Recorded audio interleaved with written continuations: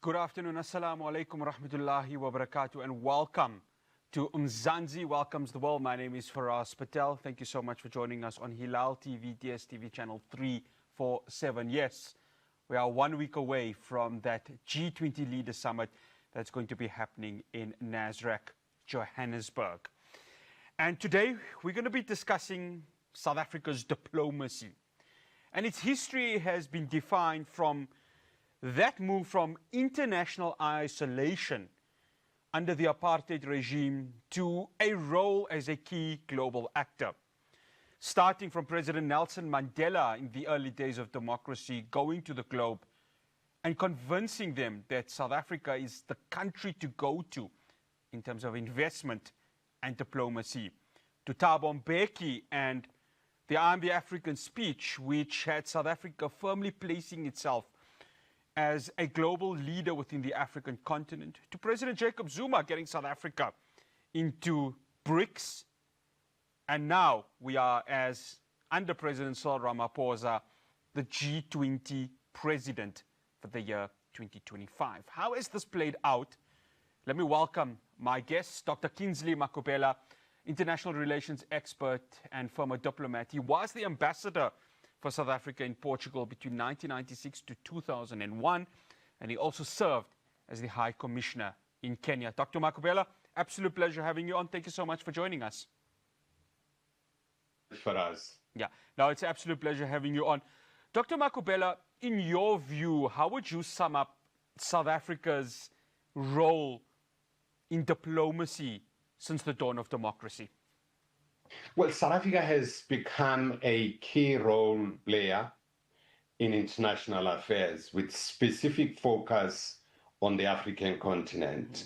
Since 1994, South Africa developed a foreign policy that is anchored on Africa called the consolidation of the African agenda. That has to do with resolving conflicts and economic development in the continent. But South Africa has since hosted major events, and it has proven that it is a capacity to launch and host these big events that bring international role players and so on. But this time for us, it's happening at a time when we have challenges within our security cluster. What we are seeing on our screen does not convey a good message. And of course, the challenge is that delegates have started arriving in the country. Advanced teams are here. And if you go through South African televisions, you all see criminal things. So it's not sending a good message at this time. But South Africa has shown to be a reliable partner in global affairs. Yeah, I think that's quite an important aspect you've brought there. I think the domestic issues don't really paint, quite a pretty picture in that regards. Is that enough in terms of damage control, Dr. Makhubela? Because what we're seeing right now, whether it's the Matlanga Commission or anything else, it's kind of a testing moment for South Africa. And yet, from the outside, we really are seen as this country that has quite a high status from a diplomatic perspective. Faraz, when I was working in promoting the nation brand, and this were the challenges when there were a lot of reports, public protector and so on. I used to take a line that says, during the Zuma era, we've seen testing of institutions of the state. So institutions of the state have become of age. We know the limitation of the powers of the presidency and other institutions. So it has helped in terms of consolidating our democracy and defining functions of institutions. But you can't keep on saying that perpetually. What we are seeing now raises serious concerns. And of course, it's happening at a time when the focus is on the country. And my hope for us is that nothing would happen negatively that would send a message that South Africa indeed is not a reliable partner. South Africa is not secure. I hope between now and the time that our guests leave the country, we won't see any incidents of concern that will convey a negative message to the world. And of course, we have challenges as a new democracy. But I think we have institutions that are really capable to manage some of the challenges that we're having.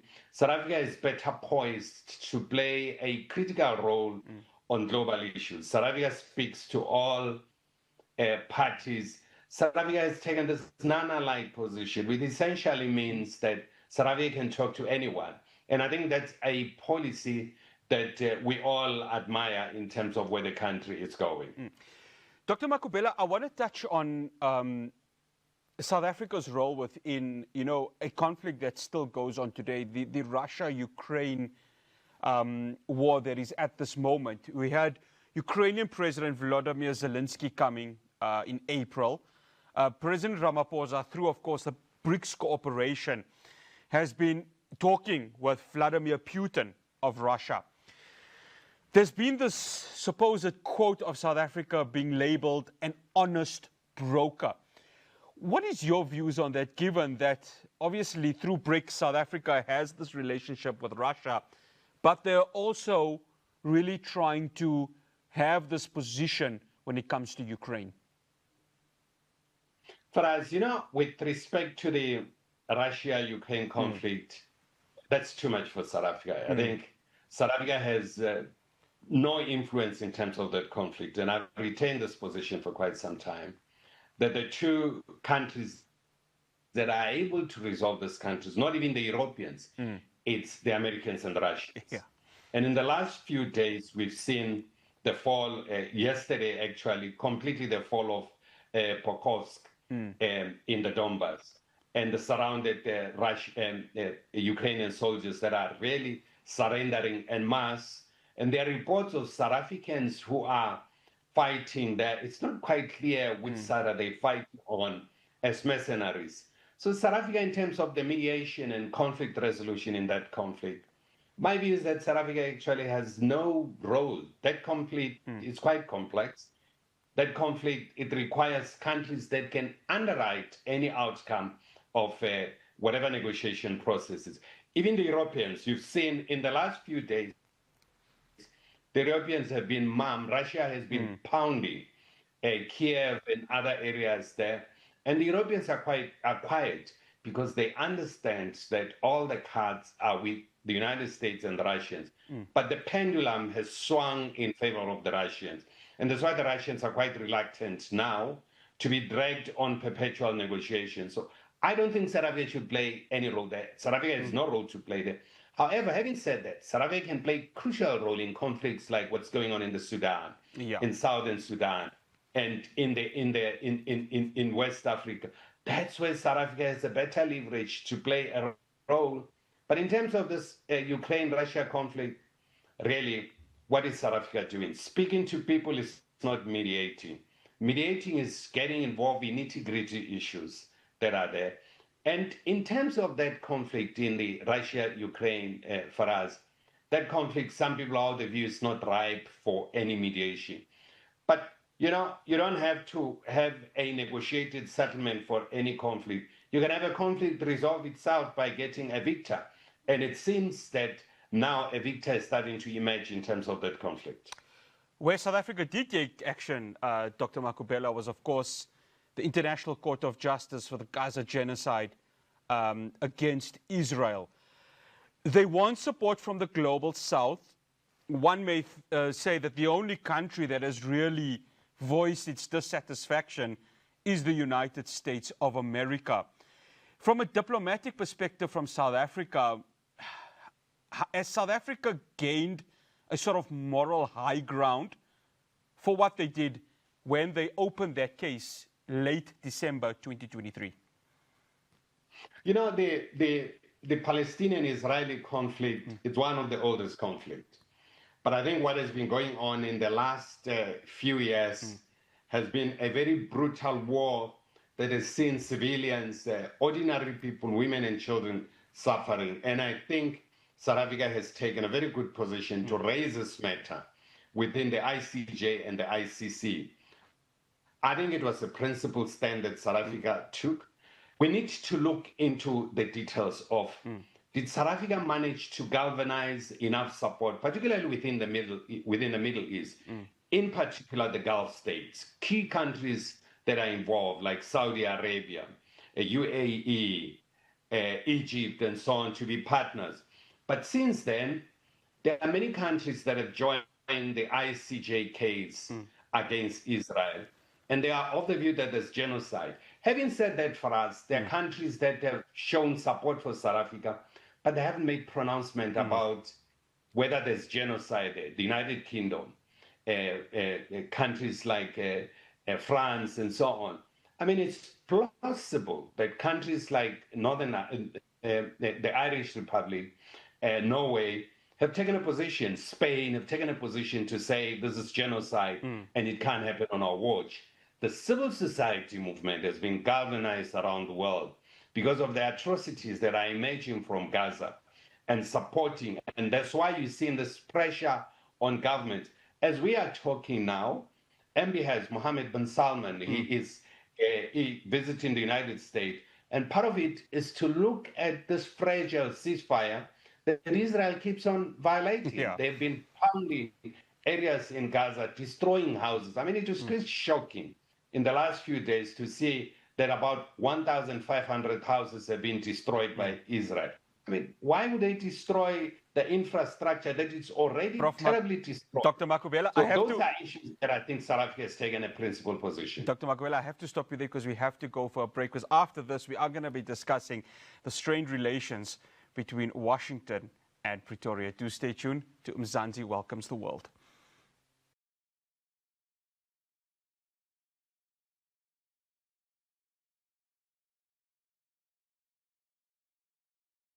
Welcome back to Mzansi. Welcome to the I'm still in conversation with Dr. Kingsley Makhubela, international relations expert and former diplomat. Dr. Makhubela, it's safe to say that 2025 was probably the year that South Africa and the United States saw a further strain in its relationship. And of course, South Africa has to hand over the G20 presidency baton, I beg your pardon, to Washington. How much was that trip by AfriForum really scratching the surface of what we are seeing now over this last 10 months? You know, AfriForum has done disservice to the country by going to lobby the United States lawmakers and lobby people in the far right within the United States political system on this false notion of genocide, and it has backfired on them. They are starting to retract from the argument of genocide. They're starting to raise peripheral issues like race-based laws and so on. But they really forget that they come from the same laws that really lifted up the Afrikaners, you know, out of poverty and so on. So they've done disservice, but they are the ones who are suffering because most of their constituencies, businesses that are involved, are the ones that are affected by this. They've done a bit of disservice about it. But for us, this does not start with the Trump administration. It all began during the Biden administration. I think sometimes last year, June, there were lawmakers, about 720 of them, who voted to start really dealing with South Africa, developing policies to review relations with South Africa, mainly based on three issues that they were arguing. The Israel-Palestinian issue and taking Israel to the ICC and ICJ, and the question of the Russia, China, and Iran relations with South Africa. And the other issue, they raised a broad issue of national security. Americans have a tendency that anything they call national security. But that, for us, shows a shift to the right, even within the United States political system. The right has been gaining momentum. That's why if you look at the Democrats who voted with the Republicans last year, they were about 66. This is during the Biden administration. And I think South Africa has never grasped how to deal with the challenges and this shift to the right, not only in the United States, but around the world. But because we're talking about the United States, with the US, it has been a bit of a challenge. There's still a thinking that, well, the Democrats who are supposed to represent the center-left are supportive of us. South Africa has to start accepting for us that the left has left us. We're now dealing with a configuration of the right and far right, and how to navigate that space is what South Africa is not mastering. given the changes in Washington. So this year has been a bit of a challenge with pronouncement that there's genocide here by President Trump and so on. And of course, compounded by the tension that existed at the diplomatic level when our ambassador was declared a persona non grata and left Washington. So there's been tension. We haven't even appointed an ambassador. I'm not sure for us, and I start to suspect that we may have actually sent a nomination to the Americans and they are quiet, they are not responding to that. But there are regulations in terms of the Vienna Convention. If the receiving state does not respond to a request, South Africa should follow those processes. I'm not sure if we've been told the truth by South African authority, if we have nominated somebody and the Americans are dragging their feet on this, but the US is too important to ignore. It's too important not to have an ambassador in the United States. I think that's something that we need to rectify. If indeed the Americans haven't rejected any diplomat, we are the ones who are delayed. It will be unfortunate. It means there's no understanding of how crucial and important the American is, not in terms of economy, in terms of the geopolitical strategicness of the United States and how the US influence related issues around the world that are having direct impact, both negative and positive, on South Africa. So there's a need really to look into resetting our relations with the United States. And you know, it's the thing, Dr. Makhubela, is that if it were up to the US, they would have Joe Pollak being the ambassador of South Africa to the United States. But obviously the US ambassador to South Africa, and if we are to look at the rhetoric coming out of Washington, they would want Brent Boswell III. But then a couple of weeks ago, he did not make comments that would suggest anything but non-friendly. Again, reiterating that Afrikaners are welcome to come to the United States and that this so-called genocide is still occurring, which has been debunked by so many organizations. And that, again, is a frustration. It's sort of like a self-sabotage that the United States is trying to do to South Africa. And I can only, and I don't know whether you agree with me or not on this, Dr. Makhubela, I can only ascertain that the United States is not really willing to try and find a halfway scenario in mending this relations with Pretoria. You know, for us, the United States is in a very delicate moment. The United States is rewriting the books, even in terms of the allies. You may have seen in the last few days what is called the Five Eyes. These are countries that are sharing intelligence with the United States, have started to fragment the United Kingdom. Yes. Said they are no longer going to share intelligence with the US. Canada is doing the same thing. Australia is doing the same thing. So there's a whole rewrite around alliances. And I don't think we should look at this as specifically related to South Africa. The current administration is much more focused on domestic issues. Whatever they do, they want to see value for their own people, sometimes at the expense of other countries. So we mustn't get surprised about that. We need to be able to live with that. With respect to the new ambassadors coming here, I've seen during the hearing, the Senate hearing, he is reiterating the position of the administration. Of course, he has to do that. He has to toe the line. You can't have an ambassador who says something totally different from what his president is saying. What is required, and what surprises me, is that within the institution in the United States, they know there's no genocide. What happens to those issues? You know, you've seen during the Iraq or build up to the Iraq war that the public servants came out to say there are no weapons of mass destruction. Actually, the director of national intelligence, George Tenet at that time, he was at pain to tell George Bush that this information is wrong. You remember the yellow cake thing that may turn into mushroom cloud. So the public servants, the bureaucrats, were refusing to accept that. We're telling the administration the truth. I don't know if this is happening now, if they are raising the truth with the administration.